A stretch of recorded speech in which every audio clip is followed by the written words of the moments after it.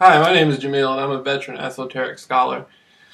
And today I want to talk about the 5 points of intelligence. On my site, Metaphysical Consultant, I go over abstract intellectualism. And um, the mechanics of abstract intellectualism relies on the 5 points of intelligence.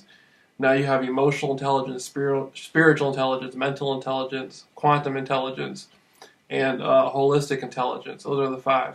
And I'm just basically at this point breaking them all down and still learning them, learning how to explain them to an audience. Okay, out of those 5 points of intelligence, then you have various speeds of intelligence. Now, intelligence is taught in different ways. You teach yourself how to become intelligent and how to learn intelligence. Basically, intelligence comes from experience. Whether you're reading a book and you're learning, or somebody's explaining something to you in a classroom and you're learning from them, or you're out in the streets teaching yourself different, trades or jobs or whatever. This is how you learn intelligence. And true intelligence is not from data. True intelligence is from analysis, because you can have all the data in the world, but it's not going to do you any good if you don't know how to analyze it. There's people out there who collect all sorts of gigabytes of data and sit there and ask all sorts of questions. Stuff like, they can have all this data, but if they don't have the gift to know how to analyze it, then it's not going to go anywhere. So teaching yourself different forms of intelligence is the first step, and then teaching yourself how to analyze the intelligence that you got. That's the key, the analytics of it. So one of the biggest things that I've been speaking about recently is emotional intelligence. Now, the biggest learning tool that you can have to learn emotional intelligence, which from my perspective is far more powerful than mental intelligence. Watching animals. Watching animals is number one. For example, the Shaolin monks of northern Shaolin have come up with the best systems of kung fu the world has ever seen. What is their systems of kung fu relying upon? Animals, tiger style, grasshopper, all these different styles, dragon style, whatever. This comes from the monks watching the animals. The monks sit back and study the animals, and they learn from the animals, and they gather intelligence from watching the animals. Then they break down what they've learned into their own lifestyle, and they create systems out of it. So you have the 5 points of intelligence. Then you have the various speeds of intelligence. And me, myself, I sit back, I watch cats. I'll sit back and watch a cat for 2-3 hours. Learn everything from the cat. And one thing I learned about cats is a cat can do almost anything without somebody even knowing they're there. I've had experience. I remember one time it was real dark at night, and there was a cat there the whole time, and I didn't even know it. When the moonlight came out, the moonlight came down and illuminated off the cat, and radiated off the cat. And the moonlight came and radiated off the cat, and then the cat made itself aware to me. I seen the cat. I'm thinking, how was the cat here? The cat was watching me in the darkness, and I didn't even know it was there. And so studying animals has taught me a lot of information. Now I'm going to be moving on. So 5 points of intelligence, the speeds of intelligence, and you can use intelligence in different ways. Like I know how to speed up my train of thought and then slow my train of thought down. So speeds of intelligence, the 5 points of intelligence, animals. Okay, listen to this. This is one thing I've been trying to teach people about the aura system and the chakra system. You're supposed to always drink plenty of water, right? But the aura system works perfectly when you drink a lot of water. But hold your hands out and go like this 75 times.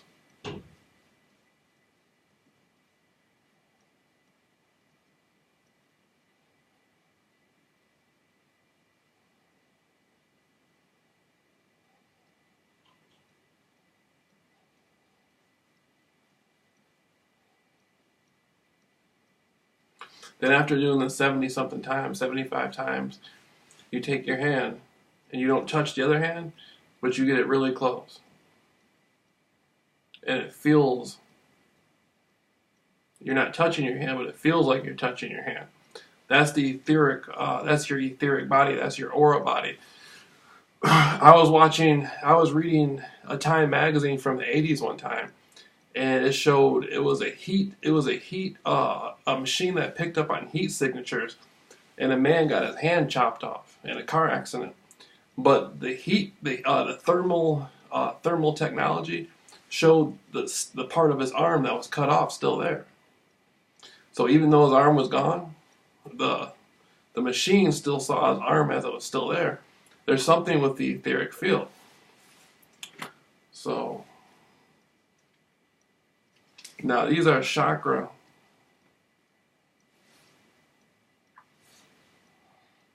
And this definitely gets into Kundalini energy. Kundalini energy. And these are chakra stones.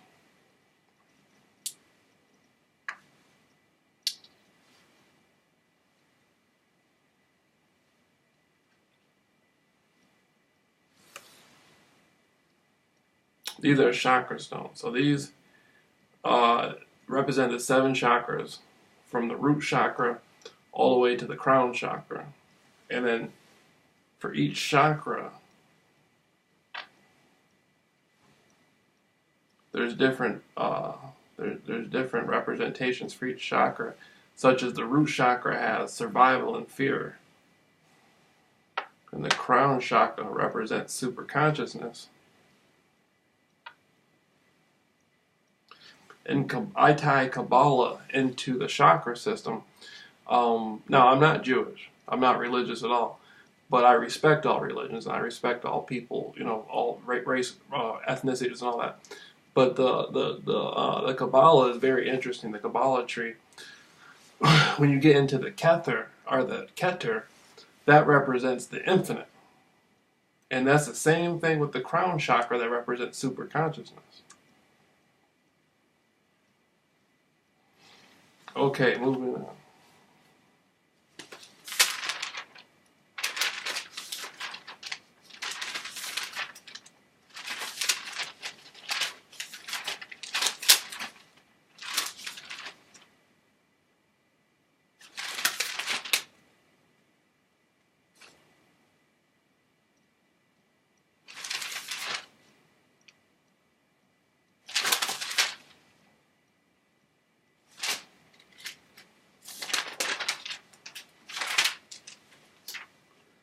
You know what?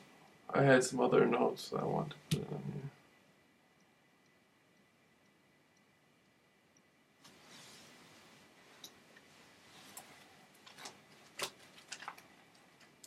I had some other notes I want to put in here.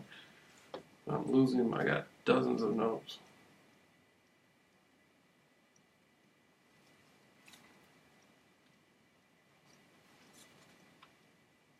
Anyhow, okay. I'll talk about something just off the top of my head. So fashion, dealing with the chakra system, fashion plays hand in hand into the chakra system. When you talk about frequency, each color resonates with the individual through their chakra. So blue, red, like red could represent the root chakra. The root chakra doesn't make it bad. Red's a very good color. Blue, very deep, very soothing, heals people. If you have blue eyes and you wear the color blue a lot, that has an effect. Whatever you wear as a color, you're putting an energy off. You're pushing an energy out into the public, and people are picking up on that energy, and they're taking your energy in, and they're mixing it with the color. So if you wear soothing colors, relaxing colors, depending on yourself, your hair color, your eye color, you can create a whole new aura for yourself. Like as you go to the store and buy clothes and create an image for yourself, you can create an aura for yourself. And it does a lot. It does a lot. I was studying frequency and fashion, and I was learning about a lot of people who have different sexual energy. Like you notice how a woman will wear a certain shirt, and all the guys want to, like, hey, what's going on? That's an aura. That's energy. Same thing if a guy dresses a similar way. Some women might look at him, and same thing. So.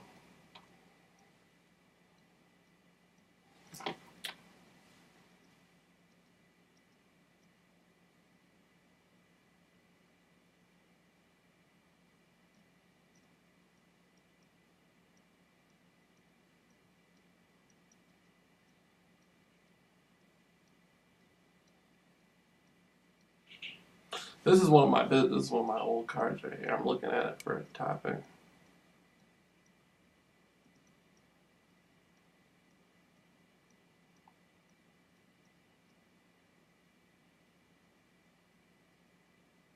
Lucid dreaming is something I seen lucid dreaming out here. Lucid dreaming is something I've been teaching lately.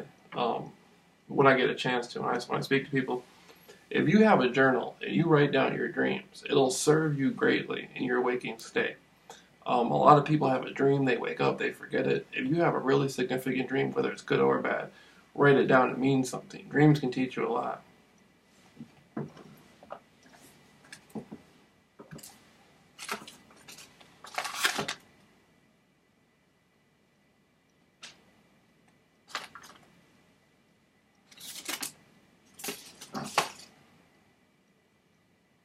And I'm going to be channeling soon. I got some new channeling work I'm coming out. Right now I'm still looking for... There's some notes I had that I really wanted to use in here. I have some new channeling material coming for.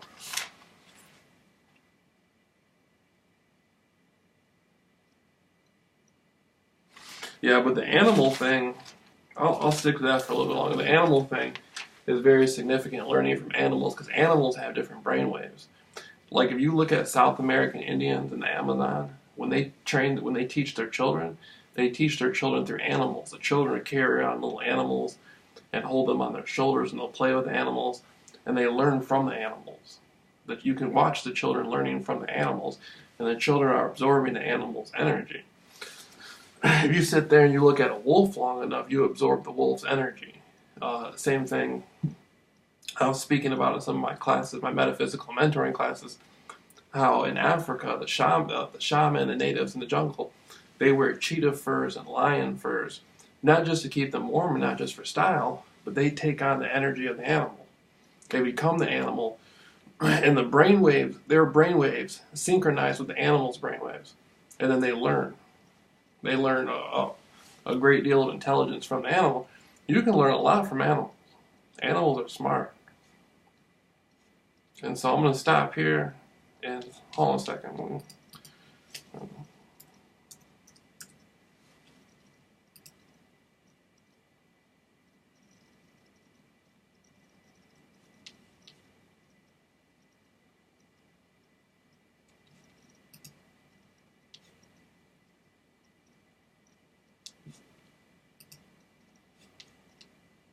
Yeah, that's my format, abstract intellectualism.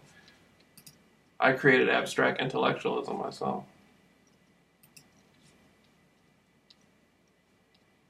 Because people, you have a world full of intellectuals who say, oh, I went to Cornell or I went to Radcliffe, and that's quite an achievement. Somebody who has an education, especially like Harvard University or Howard University or Yale or Princeton, that's quite an amazing accomplishment.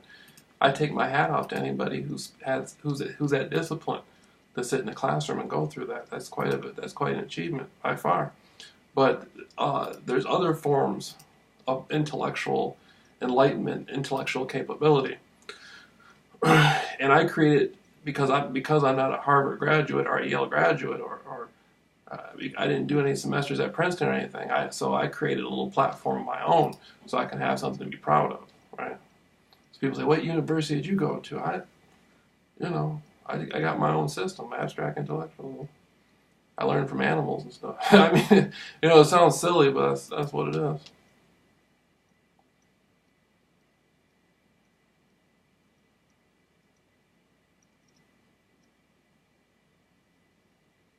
And I went to all sorts of schools. I went to inner city schools. I went to private schools, charter schools. I went to a lot of different schools. I just did not like school.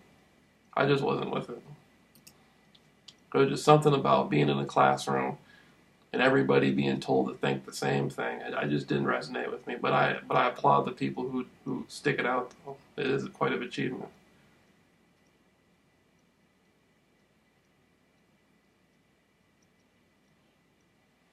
I talk about the Akashic records.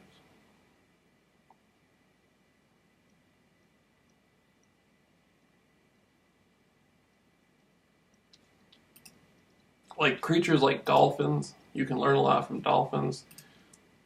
Whales. I listen to whale sounds all the time. Like I'll sit here.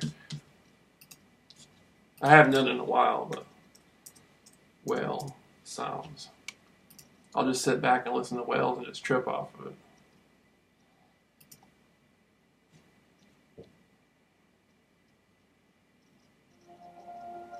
I'd run for mayor of my hometown. I protect these gorgeous birds. I'd make every...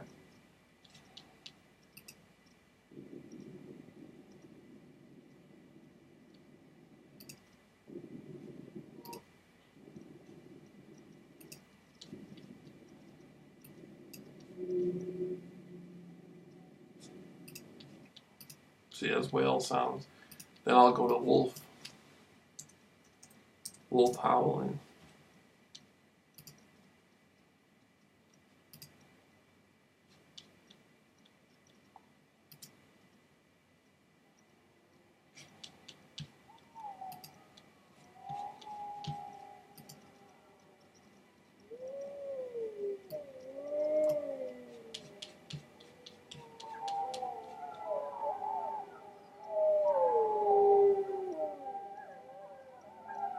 And then you got to look at the environment and then you got to look at the environment of the wolf, and you study the environment of the wolf, and you compare your environment to the wolf's environment. What do I have in common with the wolf?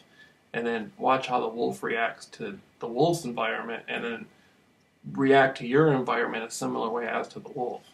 And that's how you learn the intelligence of the wolves. Are extremely smart.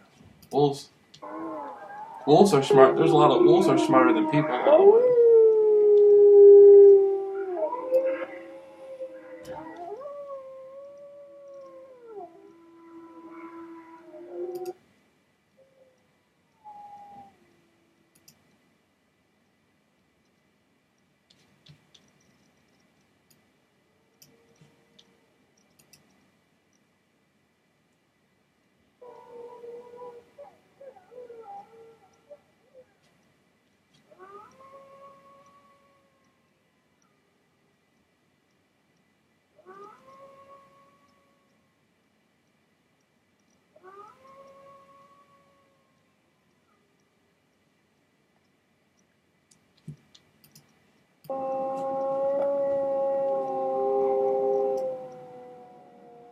I think nature is one of the best protectors. If you can get off into the woods around some wolves, and you know how to communicate with the wolves, if somebody had enough ability, I saw a man in Russia, I think it was Siberia, and he was communicating with the wolves. He could howl at the wolves and talk to the wolves.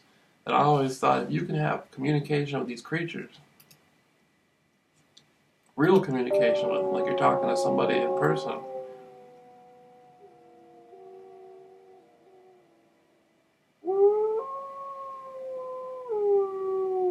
Like dolphins show humans things all the time, so do wolves.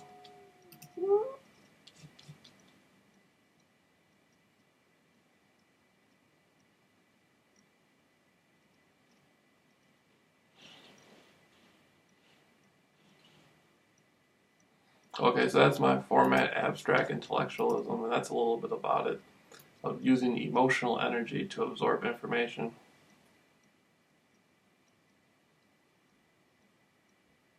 If you combine that with parapsychology, you're in there. If you look at the different forms of intelligence and study it with parapsychology, you're off to a really good start.